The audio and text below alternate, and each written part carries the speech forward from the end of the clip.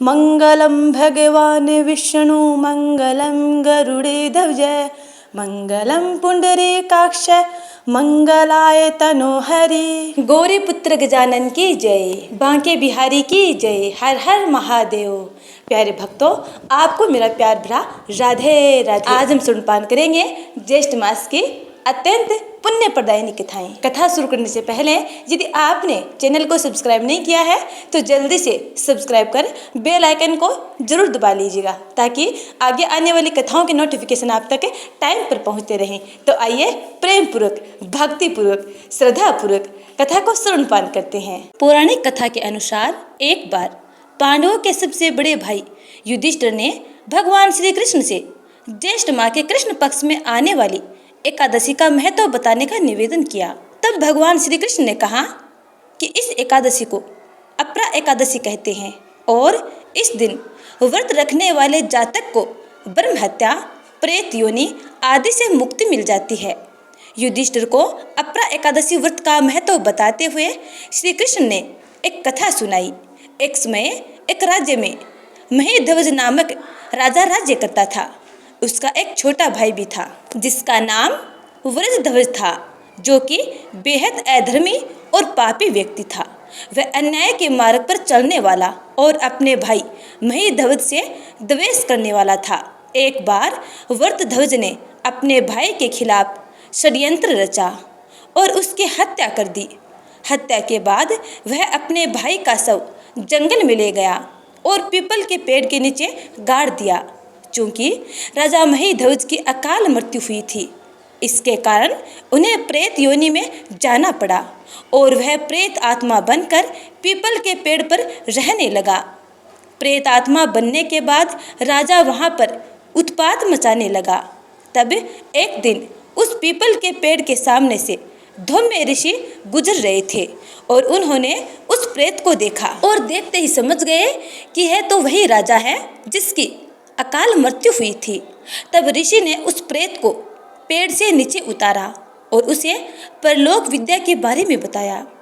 ऋषि धौम्य ने उस प्रेतात्मा राजा को प्रेत योनि से मुक्ति दिलाने के लिए खुद एकादशी का व्रत रखा और भगवान विष्णु की विधि विधान से पूजा अर्चना की, जिससे प्रसन्न होकर भगवान श्री हरि विष्णु ने उनसे वरदान मांगने को कहा। तब ऋषि धौम्य ने भगवान श्री हरि विष्णु से यह वर मांगा कि उस प्रेतात्मा राजा को प्रेत योनि से मुक्ति मिल जाए। भगवान श्री हरि विष्णु ने ऋषि धौम्य के कहने पर राजा को प्रेत योनि से मुक्त कर दिया। इसके बाद राजा ने दिव्य शरीर धारण कर धौम्य ऋषि को प्रणाम किया और पुष्पक विमान में बैठकर स्वर्ग को चले गए। इस प्रकार जो भी भक्त इस एकादशी को व्रत रखता है और कथा श्रवणपान करता है अथवा अन्य को सुनाता है तो उसके सारे पाप नष्ट हो जाते हैं और अंत में वैकुंठ लोक की प्राप्ति होती है। तो प्रेम से बोलिए भगवान श्री हरि विष्णु की जय। जय श्री राधे। अब सुनते हैं अगली कथा।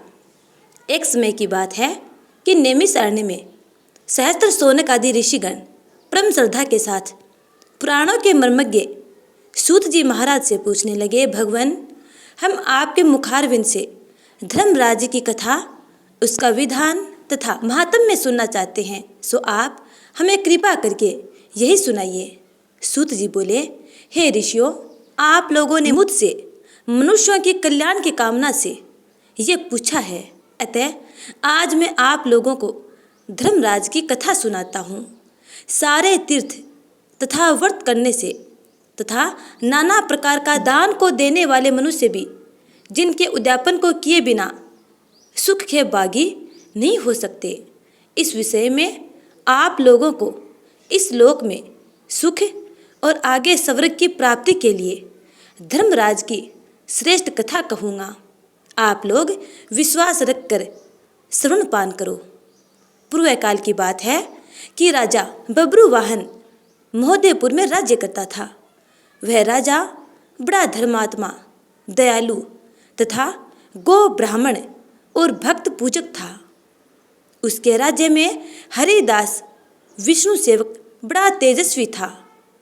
तदनुसार उसकी पत्नी भी बहुत सुशील और धर्मवती थी, जिसका नाम गुणवती था।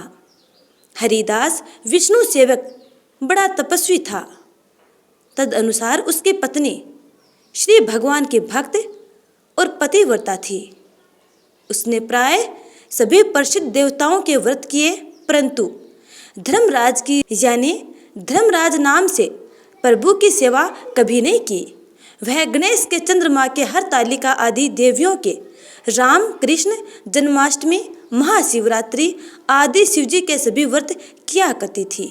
बड़ी श्रद्धा से एकादशी का व्रत करती हुई यथाशक्ति दान भी करती थी और अतिथि सेवा से कभी विमुख नहीं रही। इस प्रकार धर्मपरायण वह वृद्ध अवस्था में मृत्यु को प्राप्त हुई तो धर्मचरण के प्रभाव से यमदूत उसे आदरपूर्वक धर्मराज के पुर को ले गए। दक्षिण दिशा में पृथ्वी से कुछ ऊपर अंतरिक्ष में धर्मराज का बड़ा भारी नगर है, जो कि पापी लोगों के लिए भयंकर है। धर्मराज का पुर 1000 योजन का है। वह चौकोर तथा उसके 4 द्वार हैं तथा वह नाना प्रकार के रत्नों से शोभायमान। कई मनुष्य जो पुण्य भोगने को गए हैं निवास कर रहे हैं। स्थान स्थान पर गीत सुनाई दे रहे हैं और बाजे बज रहे हैं। उस नगर के 7 कोट हैं। उसके बीच में महासुंदर धर्मराज का मंदिर है। वह रत्नों से बना हुआ है और अग्नि बिजली बाल सूर्य के समान चमक रहा है। उसके दरवाजों की बेड़ियां सप्तक मणि की है। हीरों की कड़ियों से आंगन चमक रहा है। उसके मध्य में अनुपम सुंदर सिंहासन पर धर्मराज भगवान विराजमान हैं। उनके पास चित्रगुप्त जी का स्थान है, जो कि मृत प्राणियों के पाप का लेखा भगवान धर्मराज को सुनाया करते हैं। यमराज के दूत गुणवती को बहा ले गए।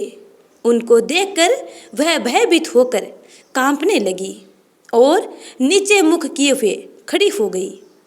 चित्रगुप्त जी ने उनके पूर्व जन्म के किए हुए पाप पुण्य लेखा जोखा पढ़कर सुनाया। धर्मराज जी उस गुणवती की हरिहर आदि सब देवों में तथा अपने पति में भक्ति देखकर प्रसन्न हुए, पर कुछ उदासी भी उनके मुखमंडल पर झलकती हुई गुणवती को दिखाई दी। धर्मराज जी को उदास देखकर गुणवती ने निवेदन किया कि हे प्रभु, मेरी समझ में मैंने कोई दुष्कृत्य नहीं किया, फिर भी आप उदास क्यों हैं? इसका कारण बताइए। धर्मराज जी ने कहा, हे देवी, तुमने व्रत आदि से सब देवों को संतुष्ट किया है, परंतु मेरे नाम से तुमने कुछ भी दान पुण्य नहीं किया है।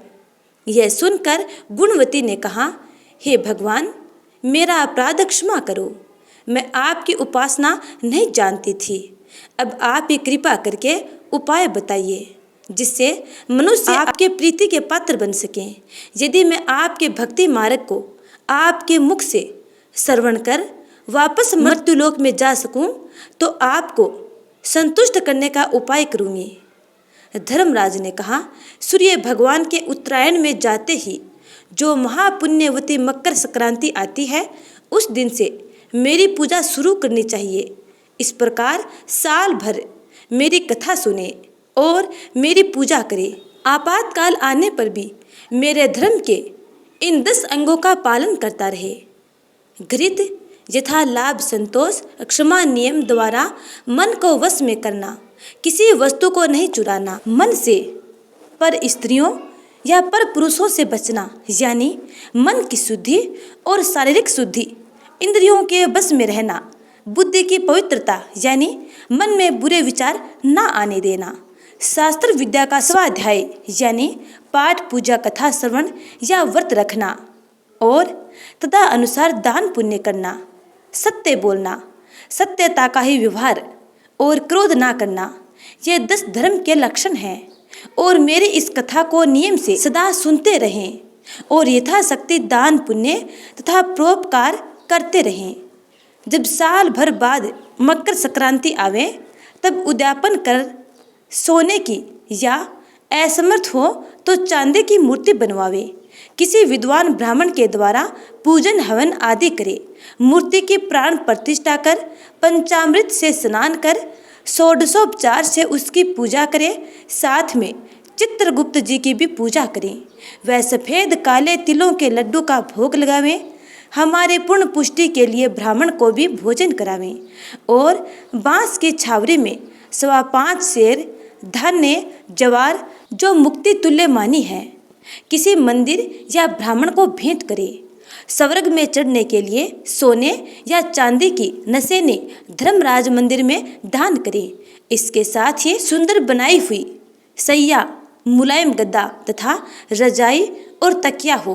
इसके अलावा कंबल, पादुकाएं, लकड़ी या डंडा, लोटा, डोल, 5 कपड़े भी धर्मराज के निमित्त और यदि समर्थ हो तो श्वेत, काली या लाल गाय चित्रगुप्त के निमित्त धर्मराज मंदिर में दान करना चाहिए।